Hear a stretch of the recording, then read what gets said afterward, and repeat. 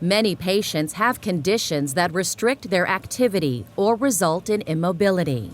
Being able to move such patients without injury to them or to yourself is an important nursing responsibility. You may ask a second nurse to assist you with transfer of an immobile patient, especially if you are unsure about the patient's ability to assist in the transfer. A transfer belt can help you move a patient safely from a bed to a wheelchair. Begin by providing privacy, introducing yourself, and identifying the patient using 2 identifiers. Justin Trainer. Okay, great. And your date of birth? 12/29/1958. Excellent. The wheelchair should be placed at a 45-degree angle to the bed on the patient's stronger side. Perform hand hygiene and put on gloves if indicated. Then lock the bed wheels and adjust the bed to a low position. Turn the wheelchair to face toward the foot of the bed and position it midway between the head and foot. Place the wheelchair so the patient will be moved toward the stronger side. Secure the wheels by pushing the handles forward on the locks above the wheel rims. Then raise the foot rests and swing the leg rests outward. You might want to remove the leg rests before transferring the patient. The head of the bed should be at 30 degrees. Assist the patient to the side of the bed and turn the patient toward you. Then stand opposite his hips.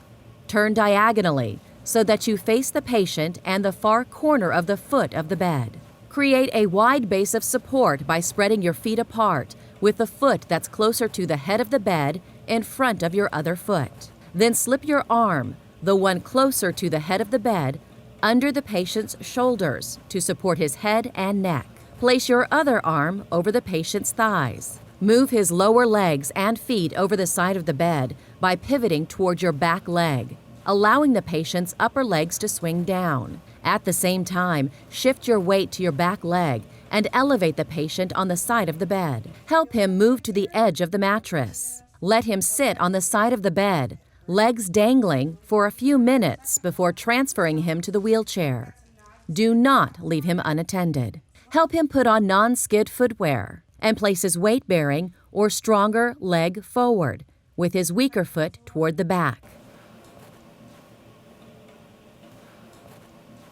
Then place the transfer belt around his waist, over his gown. With the tag on the gait belt touching the patient's gown, slide the metal-trimmed end of the gait belt through the teeth on the other end. Pull the metal-trimmed end away from the teeth. Tighten until snug on the patient's center of gravity. It should be tight enough to only allow 2 fingers to slide. Now I want it to be snug enough that it's secure, but not so snug that you can't breathe. Spread your feet and flex your hips and knees, keeping your knees aligned with those of the patient. Grasp the transfer belt along the patient's sides. Be sure to position yourself slightly in front of him to guard and protect him throughout the transfer. On the count of 3, rock him up to a standing position by straightening your hips and legs, keeping your knees slightly flexed. 1, 2, 3. While rocking the patient with a back and forth motion, make sure your body weight is moving in the same direction as his.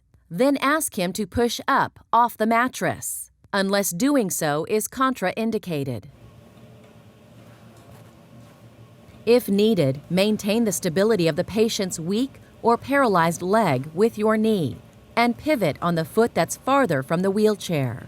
Tell the patient to feel for the edge of the wheelchair against his legs and use the armrests for support as you ease him down into the wheelchair. Flex your hips and knees as you lower the patient. Ensure that the patient is sitting well back in the seat. Provide support to his extremities if needed. Lower the footrests on the wheelchair and place the patient's feet on them. Get your pillow. You can rest your arm on your pillow here.